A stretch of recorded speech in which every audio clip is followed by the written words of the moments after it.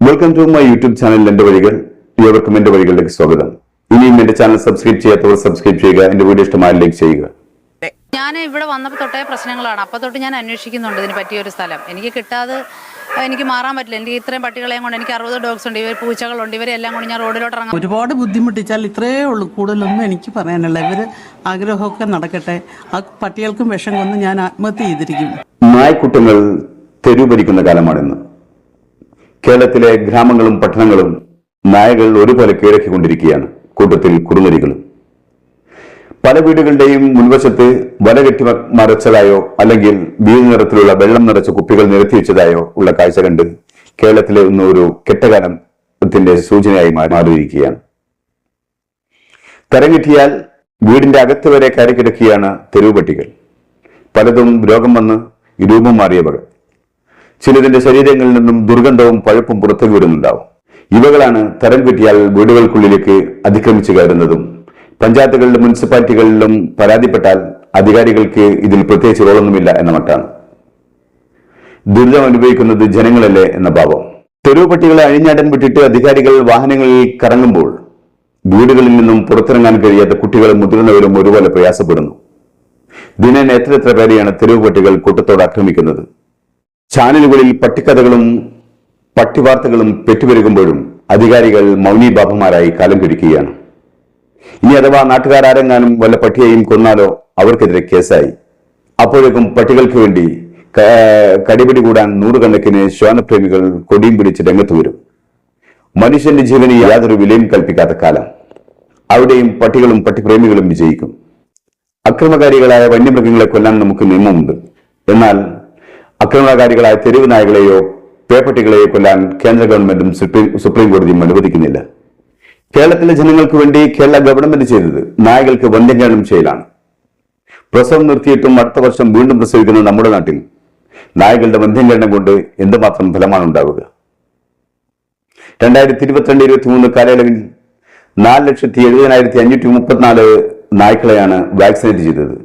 ഇതിൽ 4,38,473 വളർത്തു നായകളാണ്. വെറും 32,061 നായകൾ മാത്രമാണ് തെരുവ് നായ്ക്കളെ ഉണ്ടായിരുന്നത്. 4 ലക്ഷത്തിലധികം വളർത്തു നായ്ക്കൾ ഉണ്ടെങ്കിൽ അതിന്റെ 100 ഇരട്ടിയെങ്കിലും തെരുവ് നായ്ക്കൾ കേരളത്തിൽ ഉണ്ടായിരിക്കും. അപ്പോൾ തന്നെ നമുക്ക് മനസ്സിലാക്കാം ഈ വന്ധ്യംകരണ പദ്ധതി എത്രമാത്രം ഫലപ്രദമാണെന്ന്. ABC പദ്ധതിക്ക് വേണ്ടി കോടികൾ ചെലവഴിക്കാനല്ലാതെ കാര്യമായ ഒരു നേട്ടവും ഉണ്ടാക്കാൻ ഗവൺമെന്റിനോ പദ്ധതിക്കോ കഴിഞ്ഞിട്ടില്ല ഇതുവരെ. ഇങ്ങനെ നായവസന്തം നിറഞ്ഞു നിൽക്കുമ്പോഴാണ് എറണാകുളം കുന്നത്തുനാട്ടിലും പത്തനംതിട്ട അടൂരിലും നായകളുടെ കൂട്ടുകൃഷി കാരണം ജനങ്ങൾ പൊറുതുമുട്ടി പൊല്ലാപ്പിലായിരിക്കുന്നത്. പത്തനംതിട്ടയിൽ വീണ ജനാർദ്ദൻ എന്ന് പറയുന്ന ഒരു സ്ത്രീ വീട് വാടകയ്ക്കെടുത്താണ് പട്ടികളെ വളർത്തുന്നത്. 60 നായകളും 10-ലധികം പൂച്ചകളുമുണ്ട് ഈ വീട്ടിൽ.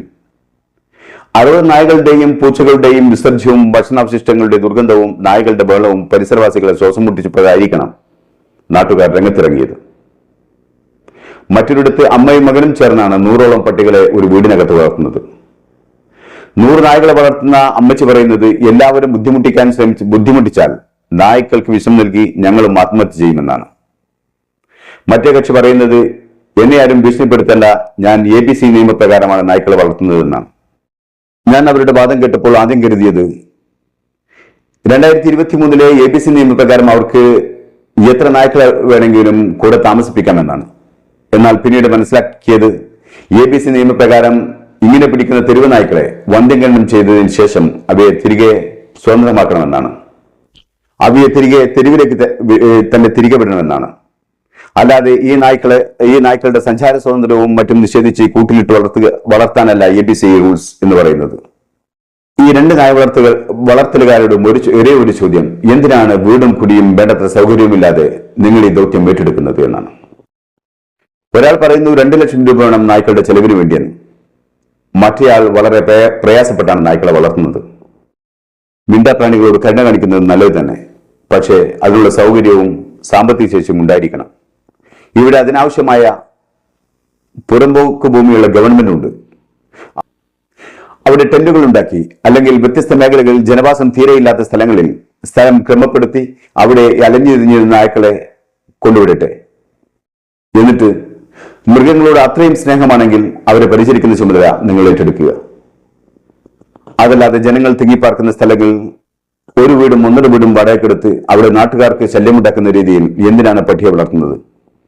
അല്ലാതെ ഇത്രയും പണം മുടക്കി തെരുവ് പട്ടികളെ ഇങ്ങനെ വളർത്തുന്നതിൽ നിങ്ങൾക്കെന്തോ ഗൂഢലക്ഷ്യമുണ്ടെന്ന് എന്തോ നേട്ടമുണ്ടെന്ന് ജനങ്ങൾ ശങ്കിക്കുന്നതിൽ അവരെ കുറ്റം പറഞ്ഞിട്ട് കാര്യമില്ല. തെരുവ് പട്ടികളെ കൊല്ലാൻ പാടില്ലെങ്കിൽ അവയെ ഭദ്രമായി മറ്റുള്ളവർക്ക് ശല്യമില്ലാതെ സംരക്ഷിക്കാനുള്ള ഉത്തരവാദിത്വം ഗവൺമെന്റിന് തന്നെയാണ്, അല്ലാതെ ജനങ്ങളെ ദ്രോഹിക്കലല്ല. നായപ്രേമികളും ഇതുപോലെയുള്ള നായ വളർത്തലുകാരും ആദ്യം ചെയ്യേണ്ടത് ഗവൺമെന്റിനെതിരെ ഇതിനുവേണ്ടി സമരം ചെയ്യുക എന്നതാണ്, അതല്ലാതെ ജനങ്ങളെ ദ്രോഹിക്കലല്ല.